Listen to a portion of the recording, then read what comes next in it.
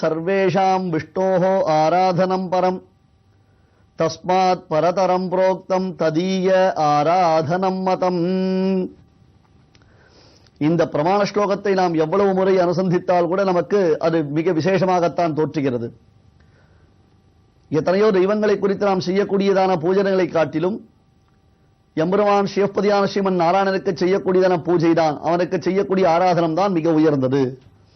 அப்பேற்பட்டதான பகவானுக்கு நாம் செய்யும் பூஜனைகளை காட்டிலும் அவன் அடியார்களுக்கு செய்யும் பூஜனைகளுக்கு மிக மிக தன்னேற்றம் அதிகம். தஸ்மாத் பரதரம் புரோக்தம் ததிய ஆராதனம் மதம் என்பதாக இந்த பிரமாணம் காண்பிக்கிறது. அதன்படிதான் இங்கே ராமானுஜர் தன்னுடையதான சிஷ்ய பிரசிஷ்யர்களுடன் கூடியவராகத்தான் திருவரங்கத்தை விடுத்து எப்படியோ காட்டில் நல்லான் என்னும் காளமேகம் நடுக்காட்டில் வருஷிக்க அதன் துணை கொண்டு இங்கே வந்து சேர்ந்து விட்டார். தற்போது லத்துவாடி என்பதான ஒரு கிராமத்தில் இந்த நிகழ்ச்சி நடந்ததாக தெரிவிக்கிறார்கள். சேலத்துக்கு அருகே அமைந்திருக்கக்கூடிய ஒரு சிறு கிராமம். அங்கிருந்ததான வைதிக ஸ்ரீ வழங்கக்கூடிய ஒரு பெண்மணி அடியார்களை பார்த்து உடனே அவர்களை அடிபணிந்து பிரார்த்தித்துக் கொண்டு தங்கள் இல்லத்தில் அந்த பெண் அவர்கள் அத்தனை பேரும் தங்கிச் செல்ல வேண்டும் என்பதாக அவள் வேண்டிக் கொண்டாள். எல்லோரும் அதற்கு இசைந்தார்கள். சுவாமி எல்லோரும் இங்கேயே அமுது செய்ய வேண்டும் என்பதாக கேட்க ஸ்ரீ வைஷ்ணவ தர்மத்திற்கு விருத்தமாக அந்த காரியத்தை தாங்கள் செய்ய மாட்டோம் என்பதாக மற்றவர்கள் கூட வந்தவர்கள் சொன்னார்கள். அப்பொழுது அந்த பெண்மணி கூறுகிறாள், இல்லை சுவாமி, அடியேனுக்கும் எம்பெருமானாருடைய சம்பந்தம் உண்டு. பசுஹு மனுஷ்யா பக்ஷீவா ஏச்ச வைஷ்ணவ சம்சரையாக. நாம் எத்தனையோ பெரிய உயர் குலத்தில் பிறந்திருக்கலாம், பெரும் பதவியில் இருக்கலாம், லட்ச லட்சமாக கோடிக்கணக்கான சம்பாத்தியத்தை உடையவர்களாக இருக்கலாம். ஆனால் நமக்கு ஆச்சாரிய சம்பந்தம் இல்லை என்றால் இவை எதுவுமே பிரயோஜனமற்றவாயாகிவிடும். பசுஹு மனுஷ்யா பக்ஷீவா, பசுவா இருந்தாலும் மனுஷனா இருந்தாலும் பக்ஷியா இருந்தாலும். இங்க பசு என்றால் பசுமாடு என்பதான பொருள் மட்டுமில்லை, பசு என்றால் சம்ஸ்கிருதத்தில் விலங்கு என்பதாக பொருள். விலங்கு ஜாதியில் பிறந்தாலும் சரி, மனுஷ ஜாதியில் பிறந்திருந்தாலும் சரி, பக்ஷி ஜாதி பறவை ஜாதியில் பிறந்திருந்தாலும் சரி, ஏச்ச வைஷ்ணவ சம்சரையாக, வைஷ்ணவனை ஒரு விஷ்ணு பக்தனை அண்டியிருந்து ஆச்சாரி சம்பந்தம் பெறுவதனால்தான் தேனைவதே பிரயாசந்தி தத் விஷ்ணோ பரமபரம். அந்த ஆச்சாரிய சம்பந்தமே அனைவருக்கும் மோட்ச காரணம் என்பதாக. அது இல்லை என்றால் எவ்வளவு பெரிய ஸ்தானத்தில் நாம் இருந்தால் கூட அது அனைத்துமே நமக்கு பிரயோஜனமற்றதாகிவிடும். தத் விஷ்ணோஹோ பரமம் பரம் என்று. ஆகையால் வைஷ்ணவர்கள் அந்த ஸ்ரீ வைஷ்ணவத்தை சித்தி பெற்றவர்களை தொட்டு அவர்கள் மூலமாகத்தான் நாம் சாப்பிட வேண்டும். ஏனென்றால் அந்த ஆகாரம் நமக்கு சாத்வீகமான ஆகாரமாக அமைய வேண்டும். இது குறித்ததான பாதஞ்சல யோக சூத்திரம் மற்றும் பகவத்கீதை முதலான நூல்களில் வெகு விஸ்தாரமாக இந்த ஆகாரத்தினுடையதான வைபவம் சொல்லப்படுகிறது. ஆழ்வார்களும் தங்களுடைய பாசுரங்களில் போனகம் செய்த சேடம் தருவரேல் புனிதமன்றே என்று பெருமானுக்கு கண்டருளப் பண்ணி அடியார்களுக்கு அமுது செய்வித்து அதன் பிறகு பாகவத பிரசாரத்தை நாம் உண்டோமேயானால் அதுதான் விசேஷம். அப்படி இல்லாதது மிண்டர் பாய்ந்து உண்ணும் சோற்றை விளக்கினாய்க்கு இடுமினீரே. அந்த சோற்றை சாப்பிடுவதை காட்டிலும் நாய்க்கு போட்டு விடலாம், அல்லது நாய் சாப்பிடும் சோற்றை சாப்பிடலாம் என்னும்படியாக பகவத் சம்பந்தமோ பாகவத சம்பந்தமோ இல்லாத ஆகாரம் நமக்கு சாத்வீகமான ஒரு மனோபாவத்தை உண்டாக்காது. ஆகையால் நாம் அதனை வளர்க்க வேண்டும் என்பதைத்தான் காண்பிக்கிறார்கள். இத்தனை சீடர்கள் புடைசூழ சுவாமி ராமானுஜர் வந்திருக்கிறார். அந்த பெண்ணுக்கு ராமானுஜரை அடையாளம் தெரியவில்லை. ஏனென்றால் பார்த்து நெடுநாட்களாகிவிட்டது ஒன்று. மற்றொன்று, தற்பொழுது ராமானுஜர் வெள்ளை சாற்றுப்படியில் சேவை சாதித்துக் கொண்டிருக்கிறார். சற்றே இருள் சூழ்ந்திருக்கக்கூடிய சந்தர்ப்பமாகவும் இருக்கிறது. அதையும் நாம் நன்கு கவனித்து பார்க்க வேண்டும். தற்காலத்தில் இருப்பதை போல இப்படி பிரகாசமான விளக்குகள் உண்டா, ஒளிவிடும் அந்த விளக்குகளுடைய வெளிச்சங்கள் உண்டா? இல்லையே, அந்திசாயம் பொழுதுதானே. எனக்கு ராமானுஜருடைய சம்பந்தம் ஏற்பட்டிருக்கிறது என்ற அந்த பெண்மணி சொன்ன மாத்திரத்தில் எல்லோரும் ஆச்சரியப்பட்டார்கள், அதிசயப்பட்டார்கள். என்னது இது, நல்லான் என்னும் ஒரு காளமேகம் நடுக்காட்டில் வருஷத்தது, இங்கேயோ இந்த பெண்மணி தனக்கு ஆச்சாரிய சம்பந்தம் இருக்கிறது, அதுவும் சாட்சாத் பகவத் ராமானுஜருடைய சம்பந்தத்தை பெற்றிருப்பதாக சொல்லுகிறாளே, என்ன இது ஒன்றும் புரியவில்லையே. அம்மணி, உனக்கு எப்படி ராமானுஜருடைய சம்பந்தம் ஏற்பட்டது? ராமானுஜரை நீ எந்த இடத்தில் சந்தித்தாய்? நீ இருக்கக்கூடிய ஊருக்கும் ராமானுஜருக்கும் நெடுந்தொலைவாயிற்றே. தற்காலத்தில் இருப்பதை போல வசதி வாய்ப்புகள் கிடையாது. எங்கேயோ சேலம் மாவட்டத்தில் ஒரு சின்ன குக்கிராமம்.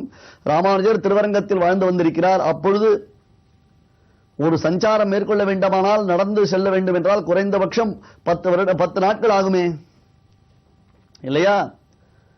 அம்மணி, நீ எங்கிருந்து எப்படி ராமானுஜருடைய சம்பந்தத்தை அடைந்தாய் என்பதாக எல்லோரும் ஆச்சரியத்துடன் கேட்கிறார்கள். அதற்கு அந்த பெண்மணி, தனக்கு நேர்ந்ததான ஆச்சாரிய சம்பந்தத்தை அத்தியாச்சரியமாக விவரிக்கிறாள். அடியன் ஏற்கனவே சொன்னது போன்றுதான், நாம் இதையெல்லாம் பெருமையாக சொல்லிக் கொள்ள வேண்டும். நமக்கு கிடைத்திருக்கக்கூடிய மகாபாகியத்தை அகோபாக்கியம் அகோபாக்கியம் என்பதாக நாம் கொண்டாடி வர வேண்டும். நம்முடைய ஆச்சாரியனுடைய பெருமைகளை எப்பொழுதும் பேசிக்கொண்டு வேண்டும். குரும் பிரகாஷயத் தீமான் மந்திரம் எத்தனை கோபயத் என்பதாக ஆச்சாரியனை பிரகாசம் செய்ய வேண்டும். அவர் உபதேசித்ததான மந்திரங்களை எல்லாம் மறைத்து வைத்திருக்க வேண்டும். ஒரு பேட்டிகையை போல எப்படி பொட்டிக்குள்ளே விலை உயர்ந்த ரத்தனத்தை வைத்து பாதுகாக்கிறோமோ அதுபோலத்தான் மந்திரங்களை நாம் ரட்சிக்க வேண்டும். தற்பொழுது ஆச்சாரியனுடைய புகழ் பாடுவதற்கு ஒரு சம்பந்தம், ஒரு சமயம் அந்த பெண்ணுக்கு கிடைத்ததினாலே மிகுந்த சந்தோஷம் உடையவளான அந்த பெண்மணி தன்னுடைய சரித்திரத்தை கூற ஆரம்பிக்கிறாள். சுவாமி, சில வருடங்களுக்கு முன்பாக இந்த பிராந்தியங்களில் பெரும் வறட்சியானது உண்டாயிற்று. பெரும் வறட்சி உண்டாயிற்று. மழை பொய்த்து போனதினாலே எல்லோருக்கும் எல்லா விதமான கஷ்டங்களும் உண்டாயிற்று. பயிர் பச்சைகள் வாடின. குடிப்பதற்கு தண்ணீர் இல்லாமல் நாங்கள் எல்லாம் திணறித்தான் போனோம். ஆடு மாடுகள் என அனைத்துமே வாட்டத்தை அடைந்தன.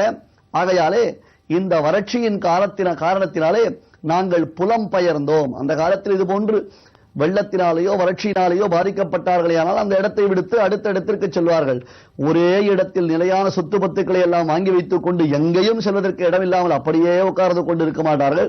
அவர்களை பொறுத்தவர்களும் இதெல்லாம் நிலையற்றது, எம்பெருமானுடைய சம்பந்தம் தான் நிலையானது என்னும் உறுதி இருந்தது. பகவத் சம்பந்தம் தான் எல்லா விதத்தை காட்டிலும் சிரேஷ்டதமம் என்பதை அவர்கள் நன்கு தெள்ள தெளிவாக உணர்ந்திருந்தார்கள். ஆகையால் தான் வெகு சுலபமாக அவர்களால் எங்கும் செல்ல முடிந்தது, எல்லாவற்றையும் விடுத்து செல்ல முடிந்தது. நம்மால் எதையும் விட முடியவில்லை. பரித்யக்தா மயாலங்கா என்று விபீஷணாழ்வான் தனக்கும் லங்கைக்கும் இருக்கக்கூடிய சம்பந்தத்தை விட்டு வந்தான். உற்றார் வினவு உறவினர்கள் என்று எல்லோரையும் விடுத்து எம்பெருமானே சரணம் சர்வலோக சரண்யாய ராகவாய மகாத்மனை என்று எம்பெருமான் தான் சரணம் என்று ஓடி வந்தான். அந்த ஓடி வந்த வேகத்தினாலே பெருமான் அவனை ரட்சித்துக் கொண்டார், அவனை காப்பாற்றினார். நாமோ எல்லாவற்றையும் பிடித்து வைத்துக் கொண்டிருக்கிறோம், எம்பெருமானை மட்டும் விட்டு விடுகிறோம். நமக்கும் விபீஷணன் முதலானவர்களுக்கும் அதுதான் வித்தியாசம். அவனை உன்னை நான் பிடித்தேன் சிக்கனவே என்பதாக அவனை நாம் பிடித்து விட்டோம் எனால் மற்ற எதை குறித்து நாம் கவலை கொள்ள தேவையில்லை என்றோ ஏதோ நடந்து கொண்டிருக்கிறது. சரி சுவாமி, சில வருடங்களுக்கு முன்பாக இந்த இடத்தில் பெரும் வறட்சியானது ஏற்பட்டது. வறட்சியின் காரணத்தினாலே நானும் என்னுடைய கணவரும் திருவரங்க திருப்பதிக்கு வந்து சேர்ந்தோம். அங்கே திருவரங்கத்தில் நாங்கள் நித்தியவாசம் மேற்கொண்டோம். அப்பொழுது தான் சுவாமி ராமானுஜரை சேவிக்கும் பாக்கியம் கிடைத்தது. தினந்தோறும் சுவாமி ராமானுஜர் பிக்ஷைக்கு எழுந்துள்ளக்கூடியதான கால விசேஷங்களில் எல்லாம் அவரை சேவிப்போம். அது தவிர ராமானுஜரிடத்தில் அடியனுக்கு அலாதியான ஒரு பிரியம் உண்டு, ஒரு பக்தி அதிசயம் உண்டு. ஏனென்றால் அகலங்கன் முதலான பெரிய பெரிய அரசர்கள், பெரிய பெரிய ராஜாக்கள், பிரபுக்கள், சக்கரவர்த்திகள் என்பதாக எல்லோரும் வந்து ராமானுஜரை சேவித்து செல்லுகிறார்கள். கூட்டம் கூட்டமாக வந்து ராமானுஜரை சேவித்து செல்கிறார்கள். எம்பெருமானுடைய சன்னிதானத்தில் கூட சுவாமி ராமானுஜர் எழுந்தருளி விட்டாரேயானால் எல்லோரும் அவருக்கு மரியாதை செய்கிறார்கள், அவரை கொண்டாடுகிறார்கள். எம்பெருமானை விட எம்பெருமானாருக்கு தன்னேற்றம் அதிகம் என்பதாக போற்றுகிறார்கள். வீதியில் ராமானுஜர் வருகிறார் என்று தெரிந்தது என்றால் அவரவர்கள் வினயத்துடன் பக்தி ஸ்ரத்தையுடன் கைகளை கட்டிக்கொண்டும் கைகளை குவித்துக் கொண்டும் ஒரு சிலர் கீழே விழுந்து சாஷ்டாங்கமாக வணங்கிக் கொண்டும் அந்த ராமானுஜரை போற்றுகிறார்களே. அப்படி என்ன ராமானுஜருக்கு பெரும் பெருமை! இந்த பெண்மணி திருவரங்கத்திற்கு வந்திருந்த சமயத்தில் அவளுடைய எண்ண ஓட்டம் எப்படி இருந்தது என்பதை தற்பொழுது இங்கே தன்னுடைய கிராமத்திற்கு வந்திருக்கக்கூடிய ராமானுஜ கோஷ்டியினிடத்தில் அவள் தெரிவித்துக் கொண்டிருக்கிறாள். அப்படி என்ன பெருமை ராமானுஜருக்கு? இப்படி ஒரு கேள்வியைத்தான் சுப்பிரமணிய பட்டர் கேட்டார். நினைவில் இருக்கிறதா? சுப்பிரமணிய பட்டர் ராமானுஜரை பார்த்து ஒரு கேள்வி கேட்டார். பெருமாள் எழுந்தருளியிருக்கார், கோவிலுக்கு வருபவர்கள் உம்மையும் சேவிக்கிறார்களே, அங்கே பெருமாள் இருக்கும்பொழுது உம்மை சேவிப்பதனுடைய தாற்பயம் என்ன என்று கேட்க, அதற்கு ராமானுஜர் ரசமானது ஒரு பதில் சொன்னார். ராஜாவினிடத்தில் ஒரு காரியம் ஆக வேண்டும், அந்த ராஜாவினுடைய பிரீத்தியை சம்பாதிக்க வேண்டும் என்றால் ராஜா கீழே கழற்றி விட்டு இருக்கக்கூடிய பாதரட்சைகளை கூட கையில் சுமந்து கொண்டு வந்து அவனுடைய பிரீத்தியை சம்பாதிப்பதை போலத்தான் எம்பெருமானுடைய அனுகிரகத்தை பெறுவதற்காக அத்தனை பேரும் என்னை சேவித்துக் கொண்டிருக்கிறார்கள். அவன் ராஜாதிராஜ சர்வேஷாம் என்பதாக ரங்கராஜன் விளங்குகிறான். நானும் ராஜாவினுடைய பாதரட்சியை போல இருக்கிறேன். அதையும் தூக்கி கொண்டு வந்து அவனுடைய பிரியத்தை சம்பாதிப்பவர்களைப் போல எல்லோரும் என்னை சேவிக்கிறார்கள் என்று ராமானுஜர் நயம்பட அருளி செய்தார். என்னுடைய பெருமை தெரியுமா, என்னுடைய தபோ வலிமை தெரியுமா, என்னுடைய ஞானம் தெரியுமா, கோலத்தாழ்வான் போன்ற மேதாவிகள் எல்லாரும் எனக்கு சிஷ்யர்களாக இருக்கிறார்கள்.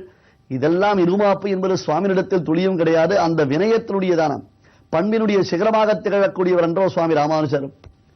ஆகையாலே இந்த பெண்ணுக்கும் இப்படி ஒரு சந்தேகமானது உண்டாயிற்று. அது என்ன, ராமானுஜரை எல்லோரும் சேவித்துக் கொண்டிருக்கிறார்களே, தனக்கும் ராமானுஜருடைய சம்பந்தம் கிடைக்க வேண்டும் என்று அந்த பெண்மணியானவள் ஆசைப்பட்டாள். ஏனென்றால் ராமானுஜர் இவளிடத்தில் நேரடியாக பிக்ஷை வாங்கிக் கொள்வது இல்லை. காரணம் என்ன, இவளுக்கு ஆச்சாரிய சம்பந்தம் இல்லை. ஆச்சாரியவத்தையே சர்வருக்கும் மோட்ச காரணம். அந்த ஒரு சம்பந்தம் தான் மோட்சத்திற்கு காரணமாய் அமைந்திருக்கவே தவிர்த்து வேறு எதுவுமே மோட்சத்திற்கு காரணமாய் அமையாது. இதுதான் ராமானுஜ சித்தாந்தம். ஆகையால் அந்த பெண்மணியினுடைய சந்தேகத்தை சுவாமி ராமானுஜர் எவ்விதம் தீர்த்து வைத்தார், அதன் பின்னர் அவளுக்கு ஆச்சாரிய சம்பந்தம் கிடைத்ததா இல்லையா, இத்தனை அடியார்களும் அந்த பெண்ணின் வீட்டில் அமர்வு செய்தார்களா இல்லையா, நாம் ராமானுஜரை பின்தொடர்ந்து சென்று கொண்டிருக்கிறோம். திவ்யமான பல அனுபவங்கள் நமக்கு உண்டாகிக் கொண்டுதான் இருக்கின்றன.